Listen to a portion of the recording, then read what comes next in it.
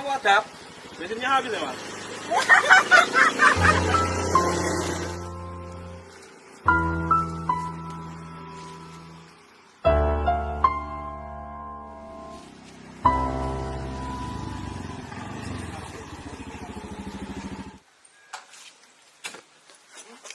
Buka adap. Buka apa? Apa yang mau dibuka? Iki tutupe iki lho. Oh,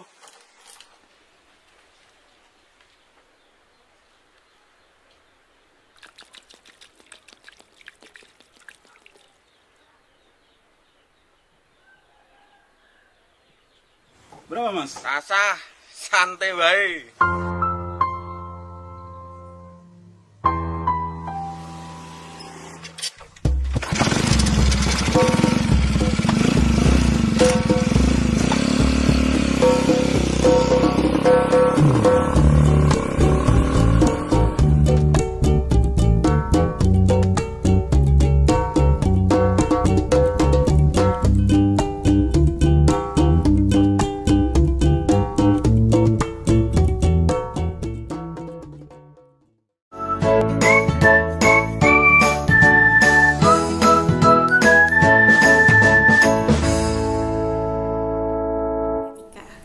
Pembahasan kita selanjutnya ialah mengenai pembelahan sel. Tujuan dari pembelahan sel kita ketahui ada 3. Yang pertama yaitu untuk pertumbuhan.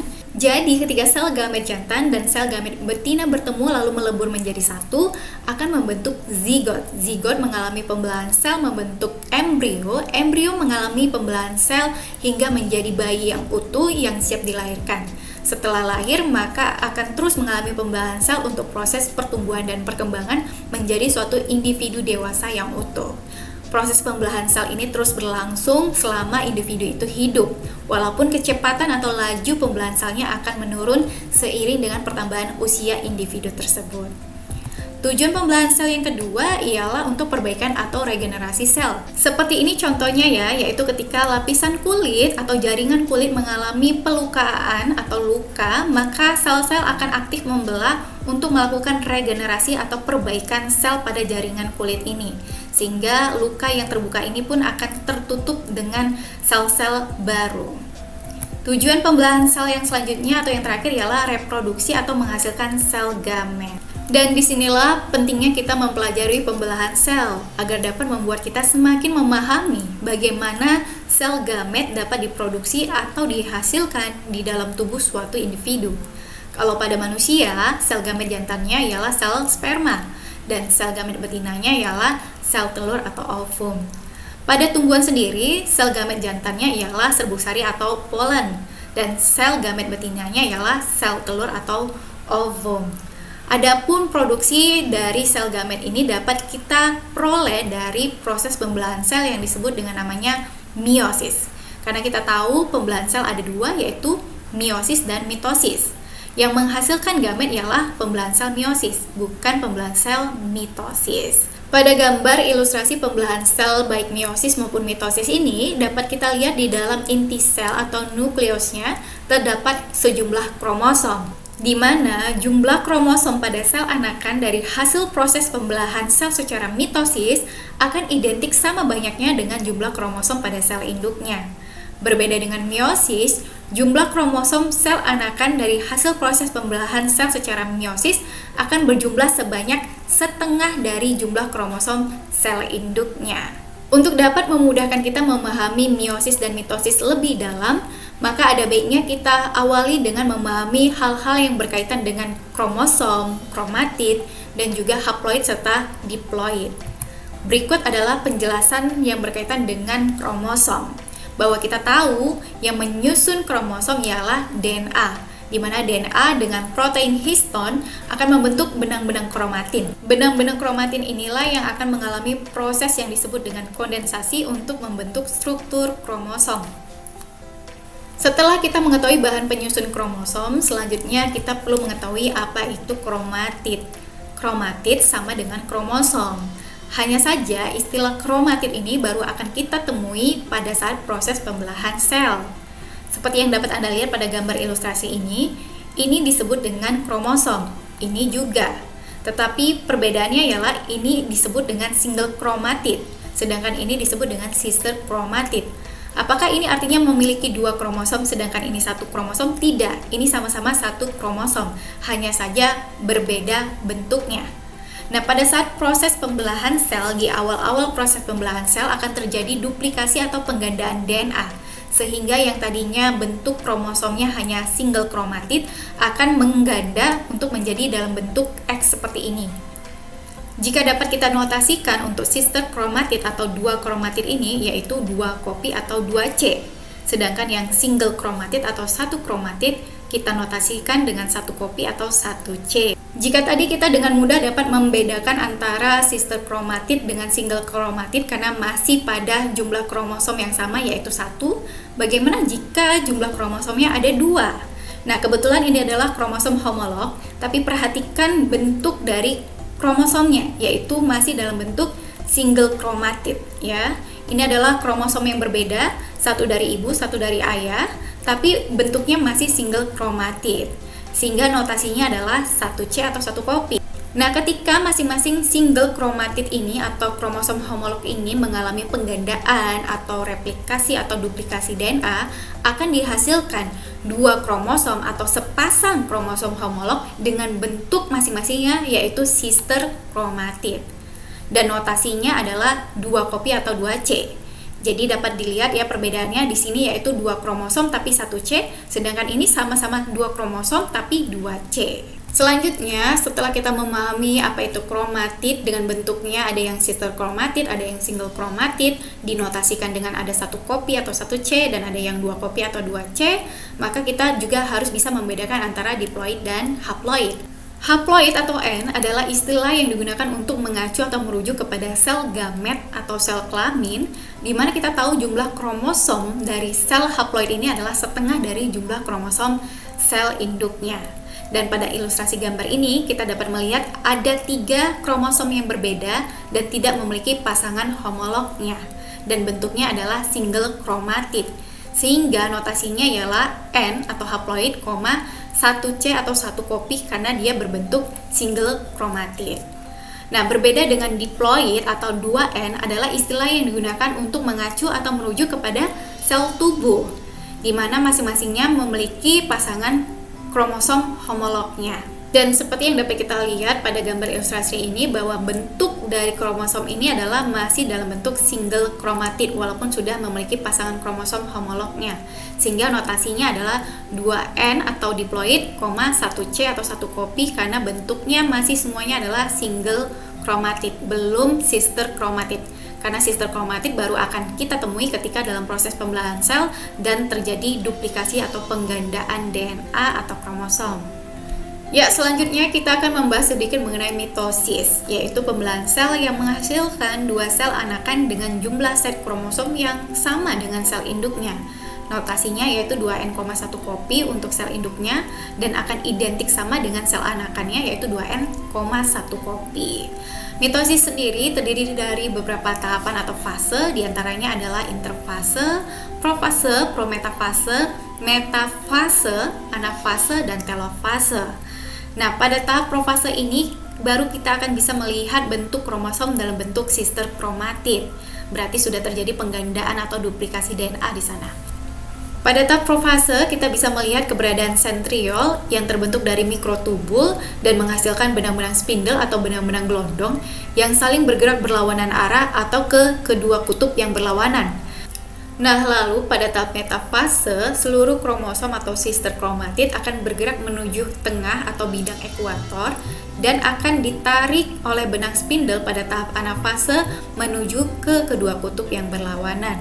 Akhirnya pada tahap telofase akan terbentuk 2 sel anakan dengan jumlah masing-masing kromosomnya adalah identik sama dengan jumlah kromosom sel induknya. Jumlah kromosom sel indukannya yaitu sebanyak 6 kromosom dalam bentuk sister kromatid, sedangkan sel anakannya memiliki 6 kromosom dalam bentuk single kromatid. Terlihat seperti ada perbedaan, tetapi sebenarnya sama ya, bahwa ini terlihat sister kromatid karena pada tahap sebelum profase dia mengalami penggandaan atau duplikasi DNA atau kromosom. Sehingga kondisi materi genetik baik itu jumlah maupun bentuk kromosom pada sel induk sebelum mengalami proses pembelahan sel atau mitosis, yaitu berupa benang-benang kromatin yang belum mengalami replikasi atau penggandaan DNA serta belum mengalami kondensasi, akan sama dengan kondisi materi genetik baik itu jumlah maupun bentuk kromosom pada sel anak, yaitu pada tahap telofase atau lebih tepatnya nanti pada tahap sitokinesis, yaitu kembali lagi menjadi benang-benang kromatin.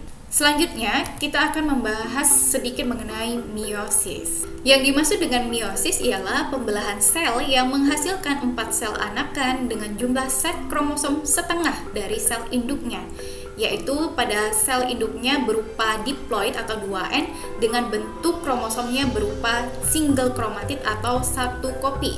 Sedangkan anakannya memiliki set kromosom dalam bentuk haploid yaitu N, jadi jumlah kromosomnya setengah dari jumlah kromosom sel induknya, dan dengan bentuk kromosomnya yaitu single kromatid atau satu kopi. Nah, meiosis sendiri terjadi dalam dua tahapan besar yaitu meiosis 1 dan meiosis 2. Pada meiosis 1 akan dihasilkan 2 sel anakan seperti yang dapat dilihat pada gambar berikut ini. Sedangkan pada meiosis 2 akan dihasilkan 4 sel anakan seperti pada gambar berikut ini. Ada 1, 2, 3, dan 4. Sama seperti mitosis, bahwa tahapan dari meiosis ini dimulai dari profase, metafase, anafase, dan diakhiri dengan telofase serta sitokinesis.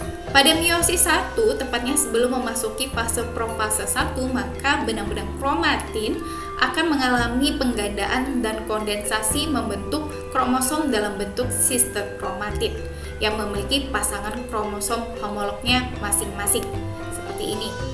Dan anggap saja misalnya kromosom yang berwarna merah ini berasal dari ibu dan yang berwarna biru ini adalah kromosom yang berasal dari ayah. Selanjutnya pada tahap metafase 1, tiap-tiap kromosom homolog ini berjajar pada bidang ekuator. Dibantu dengan benang spindle pada tahap anafase 1 akan ditarik ke kedua kutub yang berlawanan. Sehingga pada tahap telofase 1 dan sitokinesis akan terbentuk 2 sel anakan dengan jumlah kromosom adalah setengah dari kromosom sel induknya. Seperti yang dapat kita lihat pada gambar berikut bahwa sel induk memiliki 6 kromosom ya. 1, 2, 3, 4, 5, 6. Dengan bentuknya yaitu berupa sister kromatid seperti huruf X masing-masingnya. Dan juga saling berpasangan karena merupakan kromosom homolog. Ingat tadi berwarna merah artinya dari ibu dan yang berwarna biru artinya dari ayah. Sehingga 6 kromosom ini sama dengan 3 pasang kromosom homolog. Lantas bagaimana dengan sel anakannya? Dapat kita lihat di sini bahwa tiap-tiap sel anakannya memiliki jumlah kromosom sebanyak 3. 1, 2, 3. Di sini juga memiliki 3. 1, 2, 3. Tapi kalau kita lihat lebih teliti, di sini memiliki 2 kromosom dengan bentuk sister kromatid yang berwarna merah, artinya 2 kromosom dari ibu dan 1 kromosom yang berwarna biru dari ayah. Sedangkan sel anakan yang kedua memiliki 2 kromosom berwarna biru dari ayah dan 1 kromosom berwarna merah dari ibu. Dengan ada sedikit fragmen di ujung kromosom yang berbeda. Seperti ini, kromosom berwarna merah di ujungnya sedikit berwarna biru. Artinya mengalami pertukaran fragmen pada saat proses pembelahan sel meiosis 1 ini yang disebut dengan crossing over. Perlu Anda ketahui, pemisahan kromosom-kromosom dari ibu maupun dari ayah ini terjadi secara acak atau random pada kedua sel anaknya, tergantung posisi kromosom homolog tersebut pada tahap metafase 1. Seperti yang bisa kita lihat pada gambar ini, bahwa kromosom yang berwarna merah dari ibu berada di atas, sedangkan kromosom yang berwarna biru dari ayah berada di bawah. Berbeda dengan yang pasangan kromosom homolog ini, bahwa kromosom dari ayah yang berwarna biru berada di atas, dan kromosom yang berwarna merah dari ibu ini berada di bawah. Dan ketika tertarik pada tahap anafase 1 oleh benang spindle ke kedua kutub yang berlawanan, akan menghasilkan kombinasi kromosom-kromosom ibu dan ayah pada kedua sel anakannya. Dan jika dapat kita notasikan pada sel induk ini yaitu 2N, 2 kopi. Artinya diploid dengan bentuk kromosomnya ialah sister kromatid.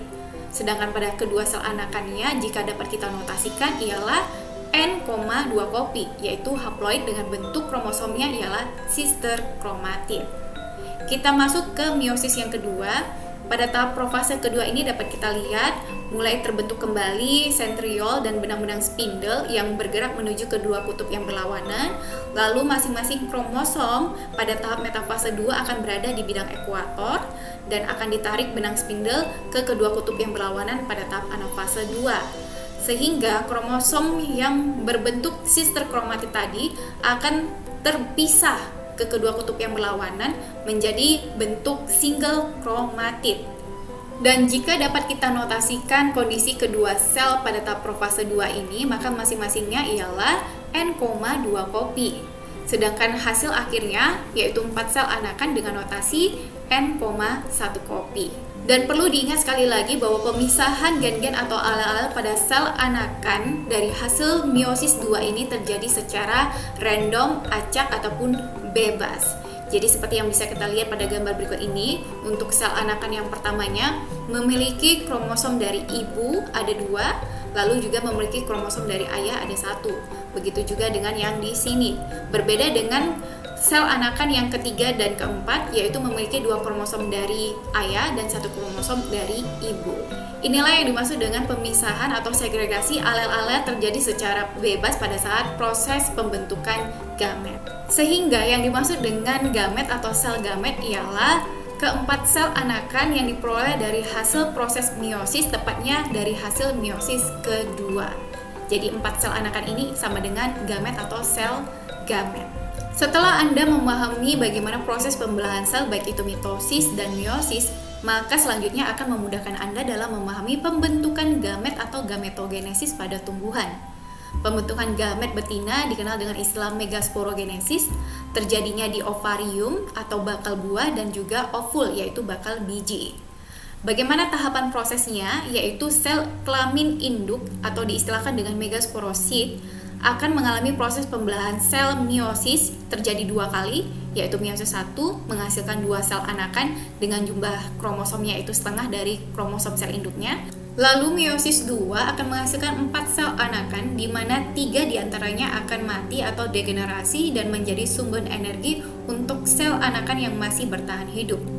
Sel anakan yang masih bertahan hidup tersebut disebut dengan megaspora dan akan mengalami 3 kali proses pembelahan karyokinesis, yaitu pembelahan inti sel tanpa diikuti dengan pembelahan sitoplasma atau pembelahan sel. Hanya inti selnya yang mengalami pembelahan. Jadi seperti yang bisa kita lihat di sini, karyokinesis yang pertama akan menghasilkan 2 inti sel tapi selnya tetap 1. Dan karyokinesis 2 akan menghasilkan 4 inti sel dengan selnya masih 1. Dan karyokinesis 3 akan menghasilkan 8 inti sel dengan selnya masih 1. Inilah yang disebut dengan kandung lembaga yang masih muda pada tumbuhan. Lalu akhirnya kandung lembaga yang telah masak atau megagametosit akan terdiri dari 3 sel antipoda, 2 sel inti kutub atau pola nuklei, 2 sel sinergid yang mengapit 1 sel telur atau ovum yang merupakan sel gamet pada tanaman atau tumbuhan. Selanjutnya, Anda juga perlu mengetahui pembentukan gamet pada jantan atau mikrosporogenesis. Pembentukan sel kelamin atau sel gamet jantan terjadi di anter atau kotak sari, tepatnya di kantung polen atau polen sacs yang mengandung serbuk-serbuk sari atau pollen grains. Dan serbuk-serbuk sari atau pollen grains ini juga lah yang dimaksud dengan sel gamet jantan. Adapun proses pembentukan sel gamet jantan hampir sama dengan megasporogenesis, terdiri dari meiosis 1 dilanjutkan dengan meiosis 2 dan diakhiri dengan karyokinesis sebanyak 1 kali. Sel induk kelamin jantan disebut dengan mikrosporosit. Akan mengalami proses meiosis 1 membentuk 2 sel anakan dengan jumlah kromosom setengah dari kromosom induknya. Pada meiosis 2 akan terbentuk 4 sel anakan dalam bentuk tetrad. Selanjutnya, keempat sel anakan akan mengalami proses pembelahan karyokinesis. Hasilnya, tiap-tiap sel akan memiliki 2 inti sel atau nukleus, yaitu nukleus generatif dan nukleus saluran serbuk sari. Pada akhirnya, nukleus generatif akan mengalami proses pembelahan sel mitosis sehingga membelah menjadi 2 yang disebut juga dengan nukleus sperma, atau kalau dipisah-pisahkan menjadi inti generatif 1 dan inti generatif 2. Setelah kita memahami seluruh terminologi yang perlu kita ketahui dalam mempelajari ilmu genetika, bagaimana proses pembelahan sel, hingga pembentukan gamet atau gametogenesis, maka kita akan mudah memahami apa itu hukum Mendel. Dan pada kesempatan kali ini, seperti yang sudah saya sampaikan di awal, saya akan mencoba menjelaskan tentang hukum Mendel 1, yaitu segregasi dengan dalilnya pemisahan alel-alel secara bebas dari diploid menjadi haploid pada waktu pembentukan gamet. Untuk dapat memahami maksud dari dalil ini, maka kita harus mengingat kembali bagaimana proses pembelahan sel meiosis dengan tujuan pembentukan gamet, di mana di sana terjadi pemisahan kromosom-kromosom dari ibu dan ayah secara acak atau bebas, sehingga sel anakannya juga menghasilkan kombinasi kromosom dari ibu dan ayah secara acak atau bebas. Di mana kita tahu keberadaan alel-alel atau gen sebagai penentu sifat atau karakter tertentu di dalam sel adalah di dalam kromosom, tepatnya di dalam lokusnya masing-masing. Nah, jika kromosom-kromosom ini berpisah secara acak atau bebas pada proses pembelahan meiosis dan menghasilkan 4 sel anakan dengan kombinasi kromosom-kromosom yang berbeda dari ayah dan ibunya, maka alel-alel tersebut juga bisa dikatakan secara otomatis berpisah secara acak atau bebas mengikuti letak lokus atau kromosomnya. Contoh hukum Mendel 1 dapat kita pelajari dengan mudah melalui penyilangan monohibrid. Maksudnya ialah perkawinan satu karakter dengan 2 sifat beda. Agar dapat memahami maksud dari perkawinan satu karakter dengan 2 sifat beda ini, maka dapat kita pelajari melalui contoh gambar atau ilustrasi persilangan berikut. Ini adalah contoh persilangan tanaman kacang polong atau Pisum sativum yang dilakukan oleh Mendel. Seperti yang dapat bisa kita lihat pada gambar ini, ada 2 galon murni. Galon murni yang pertama ialah tanaman kacang polong dengan genotipenya, ya, genetiknya yaitu T besar yang mengkodekan karakter atau sifat tinggi tanaman. Karena dia T besar berarti ini memiliki karakter tanaman yang tinggi. Nah, sedangkan galon murni yang kedua memiliki genotipe atau genetiknya yaitu T kecil. Artinya dia memiliki karakter atau sifat dengan tinggi tanaman yang rendah atau pendek. Nah, inilah yang dimaksud dengan persilangan atau perkawinan satu karakter dengan 2 sifat beda. Karakternya yaitu adalah tinggi tanaman dan 2 sifat bedanya yaitu ada yang tinggi dan ada yang pendek. Lebih lanjut, kita dapat mengetahui bahwa kedua galon murni ini termasuk homozigot, ya, di mana memiliki kode genotipe yang sama. Nah, kalau untuk galon murni yang pertama ini adalah T besar artinya dia homozigot dominan. Sedangkan untuk galon murni yang kedua ini karena memiliki T kecil berarti adalah homozigot resesif. Nah, anggap saja yang ini adalah tetua jantan dan ini adalah tetua betina. Ketika keduanya mengalami proses pembelahan sel secara meiosis untuk menghasilkan sel gamet, maka masing-masing gametnya akan memiliki T besar untuk gamet dari tetua jantan dan T kecil untuk dari tetua betina. Ketika kedua tetua ini disilangkan, maka akan terjadi penyatuan atau pertemuan 2 sel gamet dari jantan dan betina yang kita sebut dengan fertilisasi atau pembuahan dan akan menghasilkan anakan dalam bentuk zigot yang nantinya akan berkembang menjadi embrio dan menjadi suatu individu utuh yang kita sebut dengan generasi pertama atau F1 generation. Nah, generasi pertama ini dapat kita lihat memiliki genotipe gabungan dari kedua sel gamet tetuanya, yaitu T besar dan T kecil. Dan inilah yang disebut dengan heterozigot, yaitu ada perbedaan atau variasi alel di sana. Jika kedua alel dari tetuanya masing-masing homozigot, yaitu sama T besar untuk yang jantan dan T kecil untuk yang betina. Sedangkan anakannya ini memiliki genotipe T besar T kecil. Nah, selain heterozigot, ini juga yang disebut dengan hibrida. Hibrida artinya hasil persilangan dari 2 tetua yang memiliki genetik yang berbeda. Nah, seperti yang bisa kita lihat di sini, genetik dari tetua jantan T besar, sedangkan genetik dari tetua betinanya adalah T kecil. Nah, itulah yang disebut dengan hibrida. Karena ada satu karakter yang disilangkan, maka inilah yang disebut dengan persilangan atau penyilangan monohibrida. Kalau ada 2 karakter yang diamati nantinya berarti menjadi persilangan dihibrida. Lantas jika ditanya bagaimana penampilan atau fenotipe untuk semua generasi pertama ini, maka jawabannya ialah akan mengikuti tetua jantannya yaitu berkarakter tinggi. Mengapa demikian? Karena dia memiliki alel T besar di sini, artinya akan mendominasi atau ekspresinya menutupi ekspresi dari alel yang resesif atau T kecil ini. Oleh karena itu dia memiliki penampilan atau fenotipe tinggi. Selanjutnya Mendel dengan rasa penasarannya mencoba menyilangkan sesama generasi F1.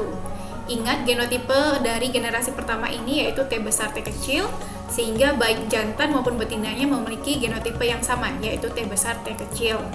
Lalu karena proses pembelahan sel meiosis untuk pembentukan gamet, maka masing-masing atau kedua dari tetua ini akan memiliki gamet yang sama, yaitu ada yang memiliki alel T besar dan T kecil.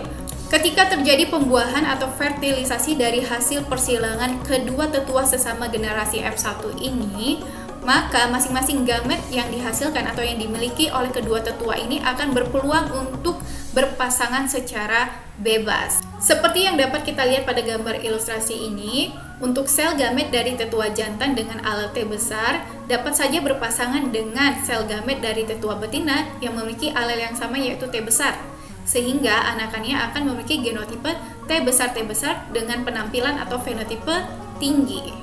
Nah, kalau misalnya sel gamet dari tetua jantan dengan alel T besar berpasangan dengan sel gamet dari tetua betina dengan alel T kecil, maka anakannya akan memiliki genotipe T besar T kecil dengan penampilan atau fenotipenya adalah tinggi karena faktor dominansi. Dan jika sel gamet dari tetua jantan yang memiliki alel T kecil bertemu dengan sel gamet dari tetua betina dengan alel T besar, maka genotipe anakannya ialah T besar T kecil dengan penampilan fenotipe yaitu tinggi.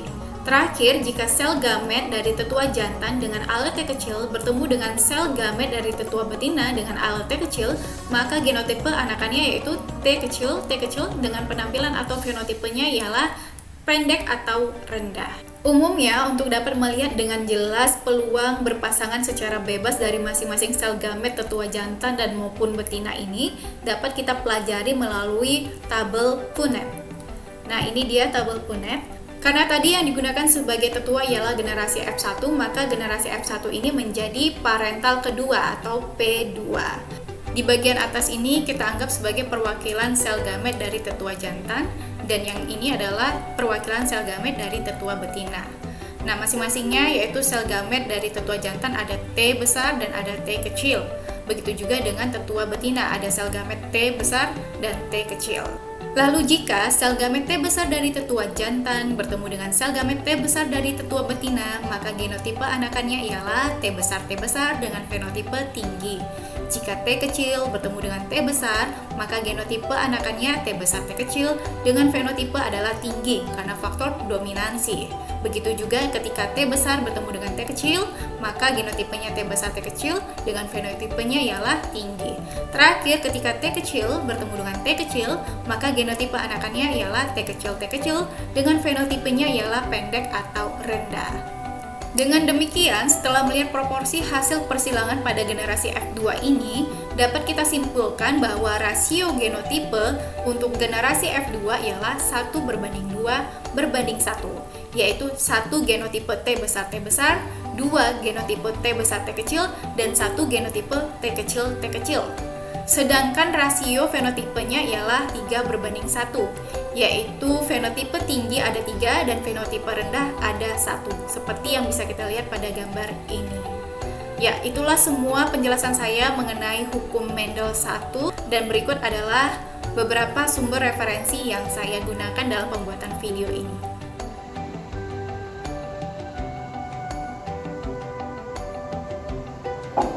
Ya, saudara, bersama-sama telah kita saksikan video penjelasan saya mengenai hukum Mendel. Semoga dapat membantu Anda dalam memahaminya ya.